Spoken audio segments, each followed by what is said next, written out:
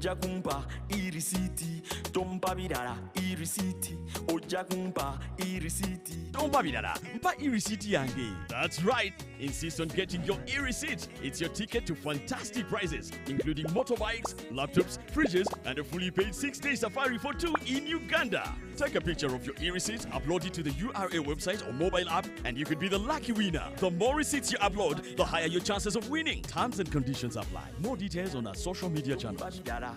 Uganda Revenue Authority. Developing Uganda together.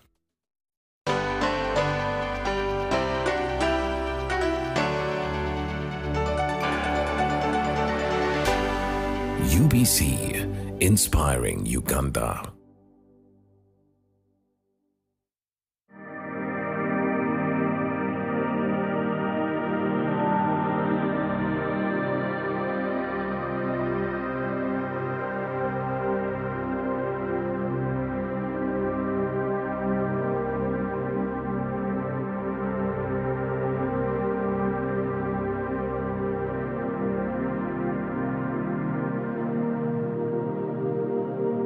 Hello viewers, my name is Francis Bagoma and I'm the Commercial Director of Kafika Animal Feeds.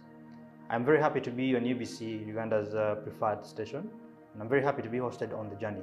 I'm here to take you through a bit of the journey of what Kafika Animal Feeds is, where we have been, and what we intend to achieve. Many of you poultry farmers know Kafika Animal Feeds as your reliable supplier of good quality animal feeds, most specifically animal feed concentrates. Well, it's good for you to know that we are also farmers, and we started being farmers right from way back before we even started feeds. Yeah, and as farmers we had some challenges, and these challenges are the ones that prompted us to find solutions for them. One of the major challenges was poor quality feeds. As people who were informed and learned, we had to research and find solutions.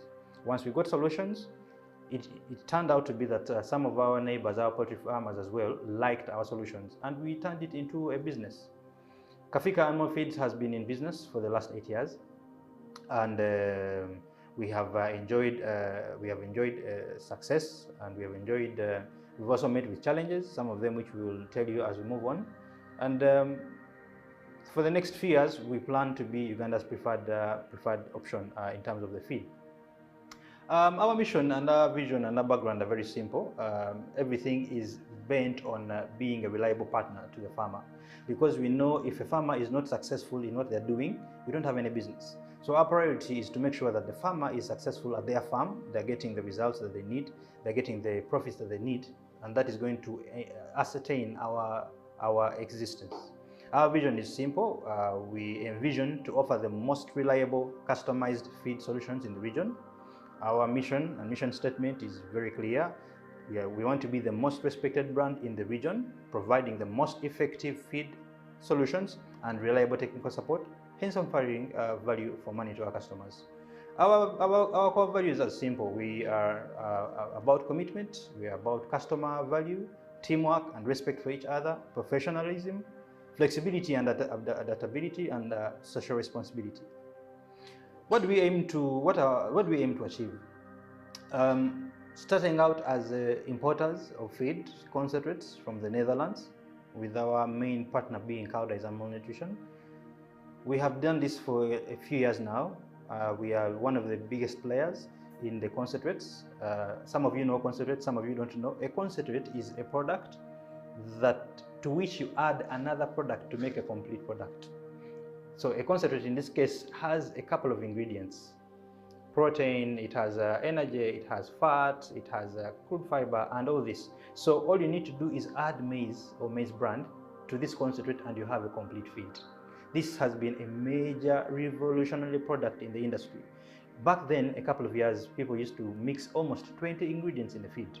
Someone would mix mukene, cotton, a lot of things. It was a hassle, and it was quite hard to make sure that the quality was reliable. So after suffering as farmers, we looked for a solution which we found from the Netherlands, which was giving us a one-in-all solution. Get your concentrate, all you add is maize, add your chachu, sometimes you can add a little bit of soya, and you have a complete ration of feed. And it was a major success. So after importing this, we feel like we need to move to another level. and this is part of our objectives. Together with our partners, we want to start local manufacturing.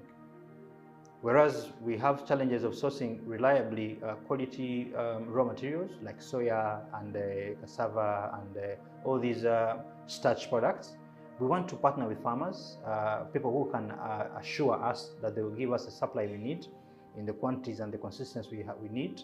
And we actually, together with our partner, Cowdice, Cowdice has started a factory, started to build a factory. Actually, we are at the level of groundbreaking now to build a factory in Jinja. And the first product that is going to be produced is complete fish feeds. After making complete fish feeds, we also hope to start making concentrates locally. So as a Ugandan, I'm very happy that after initiating a product in Uganda, probably the last 8 years, now this product is going to move from being imported to being made here. This is a major milestone. And what does that show? It means that the grower, the farmer of soya is going to get market. It means that the person who is growing maize is going to get market. The person who is growing cassava is going to get market. So we want to not only improve the farms, but we also want to improve livelihoods of the whole value chain. What have we achieved so far? I can boldly say that when we started poultry farming, but also when we started animal feeds, I think we had around 2 million layer birds, 2 to 3 million layer birds, exotic layer birds. But as I speak now, I think we are reaching almost 10 million layer birds in the country, at least. And this has been because we have been among the major contributors to the industry. Why? We solved the biggest problem that farmers have: feed. People would get their hard-earned money and invest them, build poultry farms, put chicken there, and all they have to do is now rely on uninformed, unaccountable, unregistered, unprofessional meals. We gave them a solution that was giving them the power in their hands. Gave them a feed, a concentrate, which would allow them to make their own complete feed at the farms. This ensured that the farmers were no longer suffering with mortalities of their birds. The stories of the birds are dying like crazy was no longer the story. Diseases, performance, it all improved. This means that the farms now started to even grow their capacities. So I think we have contributed majorly to transforming the industry by bringing very good feed solutions. But that means also that the more farms that have been created, that means the more jobs. That means the higher prices for the maize. You remember that the last 6 years, maize was selling around 300, 400 shillings. As I speak today, maize is almost reaching 2,000 shillings. Chachu, maize brand, was almost being given out for free. Today, Chachu is sought for after as a green silver or a brown silver, if you want to call it. Chachu is a premium product. Right now, I think it is ranging for 700, 750 shillings, whereas it was about 100 shillings a few years ago. So there has been a major growth in the industry, and we have been great players and partners in the industry. Well, apart from the challenge, apart from the achievements, it hasn't all been gloomy and it hasn't been a silver plate. We have met with a couple of challenges. Most recently, the major one being COVID. When COVID hit, oh my goodness, we thought we were gone. Farmers started to struggle. The first few weeks or months, mobility was a problem. So farmers could even find it very hard to access their farms. This means they could not supervise. This means they could not sell their eggs. Later on, after getting the stickers and those who would have pickups, they would find a way of going to the farms. But it was a hassle. People lost a lot of money in that period. You cannot blame anyone for that. People lost livestock in that period. But above all, people lost millions of money. I remember by the time we entered COVID, a tray of eggs was going for about 9,500 shillings. But during the period of COVID, a tray of eggs at some point even sold for 4,000 shillings. That was a time where people ate the cheapest eggs ever. Did the cost of production reduce? It did not reduce. So a lot of farms closed off. That gave us a very big punch. And after closing off, we had to stay. After the second wave came in, same problem, and after COVID went away, people started restocking their farms slowly. Well, right after people had started stocking their farms, then we got another problem, and this problem was the war in Russia and Ukraine. Now, the war in Russia and Ukraine, I think, has even been more detrimental than COVID, because the war in Russia and Ukraine increased the cost of operation by close to 40%. So the feeds that were being brought in the country, the logistics were affected because the cost of gas increased. Raw materials where everything was affected. So our cost increased, the products had to increase in prices. So meanwhile, you're still struggling with the few farmers that are available. You then have to increase your feed. It felt like this was sacrilegious. It felt like we were actually not listening to the farmers. It felt like we were not feeding for the farmers. While they were suffering with the low market for their products, here we are increasing our products as well. We had to make that tough decision because our cost of operation increased as well. While we were still on that challenge, then the government, through URA, came up with the demand notices saying, we now have thought through ourselves and we think the concentrates have been cleared wrongly. They should pay taxes. They are demanding for taxes for products that have been sold the last 5 years. When you're selling these products, you did not add this tax to the farmers. Here they are coming with a demand notice asking for billions and billions of money. And the problem was simple. It was interpretation of the law.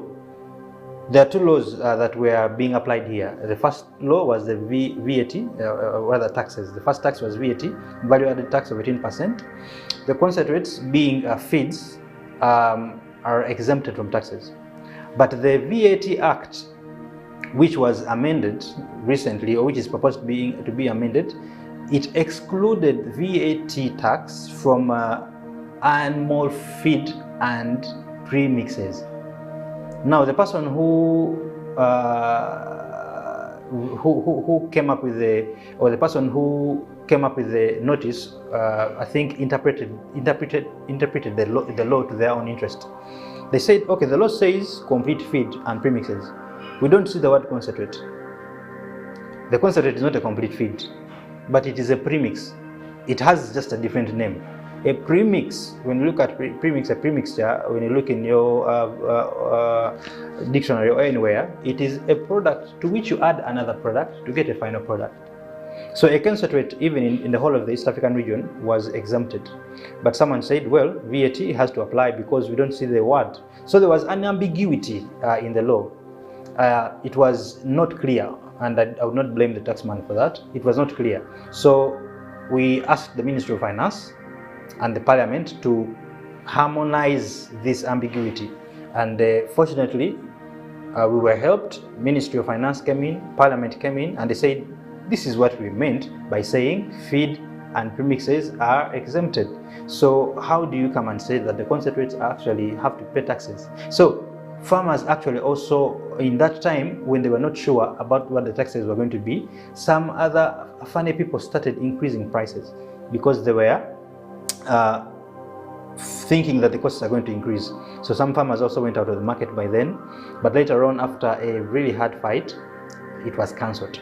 So we did not have to pay VAT, and then import duty. Import duty was 10%. Import duty is a regional tax, but it is also not paid elsewhere. So as we speak now, the concentrates are duty-free. The only tax that applies, I think, is 6%, which is an income tax, and this income tax is retrievable while you are filing your returns. Our future plans are to establish a factory, as I've told you, which is already on the way. And you're going to get your feed produced locally, global standard quality with local solutions. That is what we want to do. My appeal to the government, we keep on saying that agriculture is the backbone, and indeed it is a backbone. We keep on saying it employs the biggest percentage, more than 85% of the population, and yes, it does. But when you look at the budgets that is being awarded to agriculture, it is still peanuts.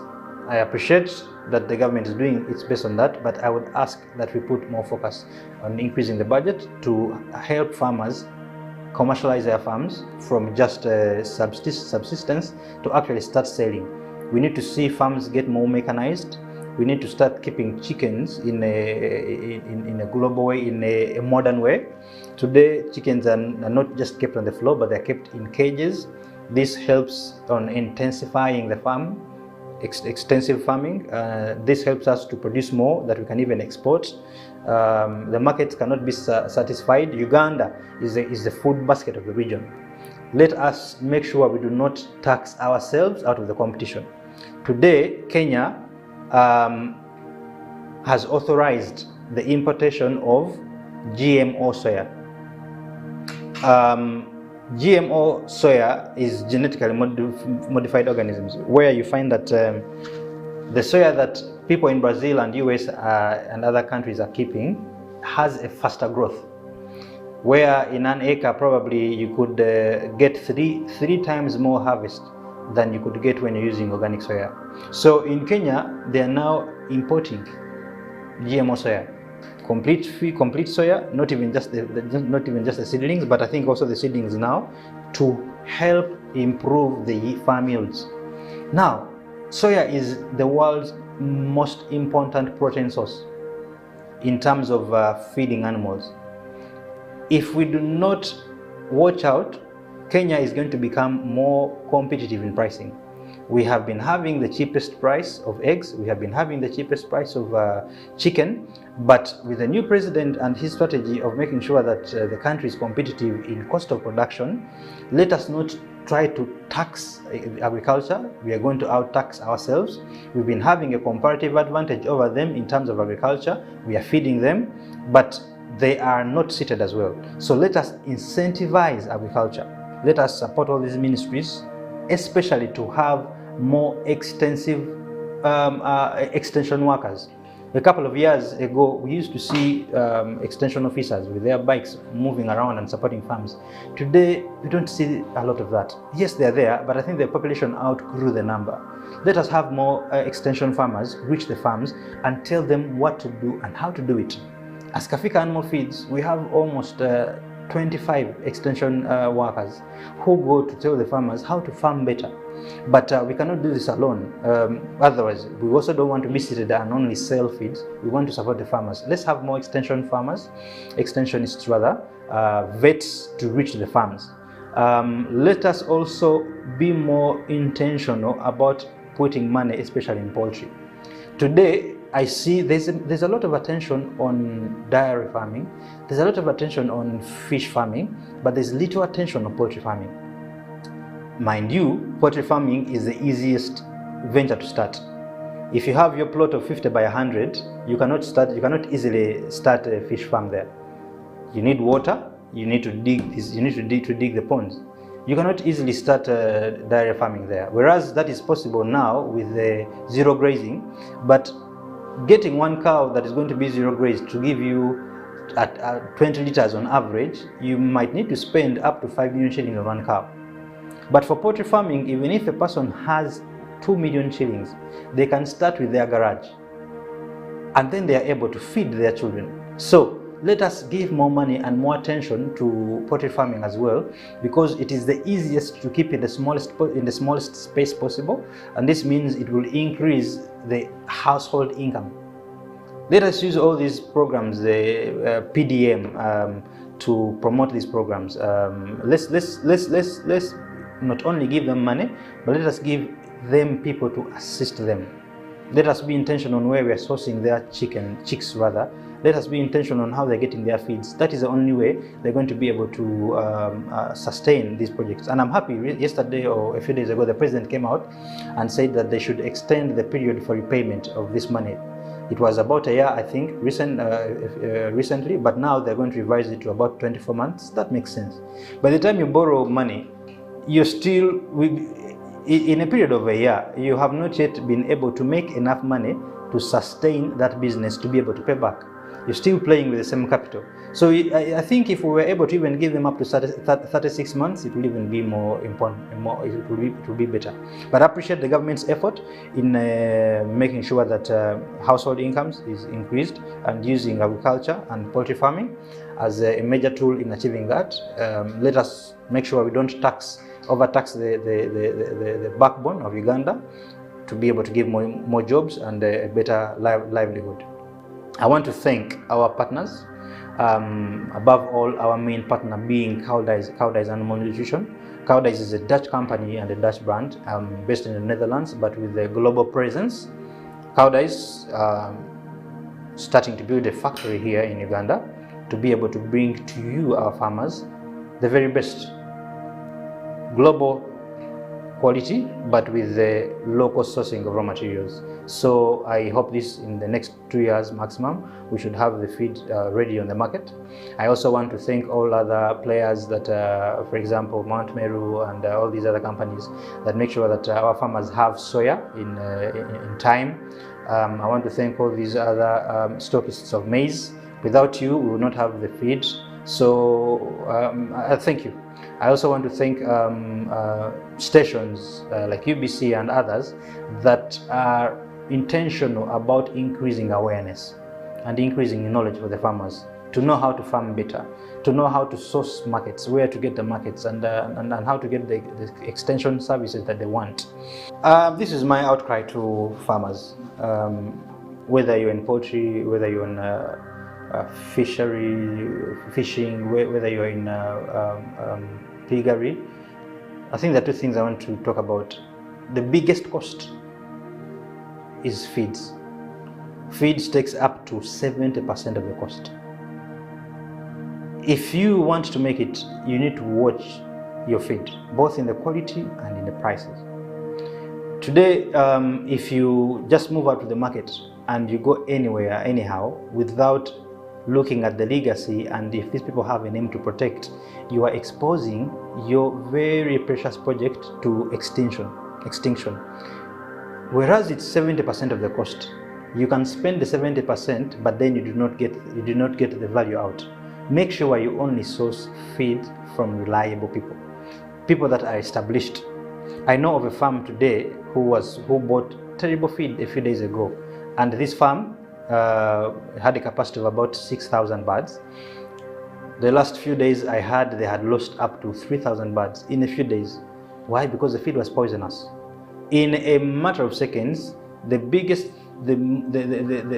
challenge that can wipe your flocks out quick, apart from diseases, is feed. Trust reliable people. Kafika Animal Feeds has been here for long enough. We have shops across the whole country. Actually, we have officially 30 shops in Uganda, but we also have agents. So our shops are in Jinja, Container Village, Kampala. We have in Mbale, we have in Barara, we have in Masaka, we have in Chotera. We have shops everywhere. When you go to the website of Kafika Animal Feeds, I think you are able to find the nearest location. But also, I want to tell you another thing that will help your farm better. Apart from spending money, it is called biosecurity. Some of you have farms, but you want to show everyone that you have the farm. You keep bringing visitors, you keep bringing family, come and see my pigs, come and see my chicken, because it is a bit of a status. When I'm out of office, I am busy. Yes, it is good, but the people you bring to the farm are posing a major biosecurity risk to your farm. The last 2 years, we have been having recurrent swine fever on pig farms. At least 60% of the whole capacity of farms in Uganda was wiped out in the last 2 years to swine fever. Swine fever doesn't yet have a vaccination. So watch out. Keep people out of the farm that don't have to be there. Whenever you invest money, please follow up. Don't just leave this project to the employees. Put standards in place. Biosecurity is the most important mechanism of keeping away diseases. So as you watch your feed, biosecurity. The other thing, try to mix your own feed at your farm. Don't just be at all the feed mills, because this is a center. This is a hot spot. Everyone comes here, and this is how diseases are transported and are moved from one place to another. So build your own feed mills, or make sure that you mix your own feeds at farms, and that is going to help your project. So trust Kafika Animal Feeds, visit our shops across the country, go to the website. You can go to www.kafikaanimalfeeds.com. You're going to be able to see all the information that you need from us.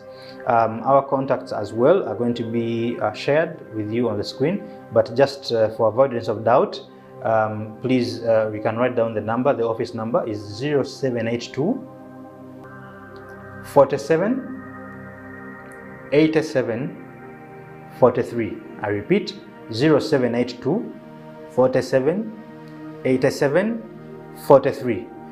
You can find us on the internet. You can find us on Facebook and Twitter and the like. I really want to thank QBC for having the heart for the people, and I want to thank the government for investing money in this entity.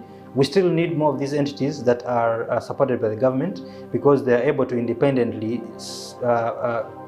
take this knowledge to the farmers, but also to make sure that the farmers as well receive this knowledge and market opportunities. Thank you, viewers. Kafika Animal Feeds is here to stay. Together with our partner Cowdice, we're here to serve you, and we're here to give you the best customized animal feed solutions, and we will keep evolving as technology is evolving. Thank you very much for watching. God bless you.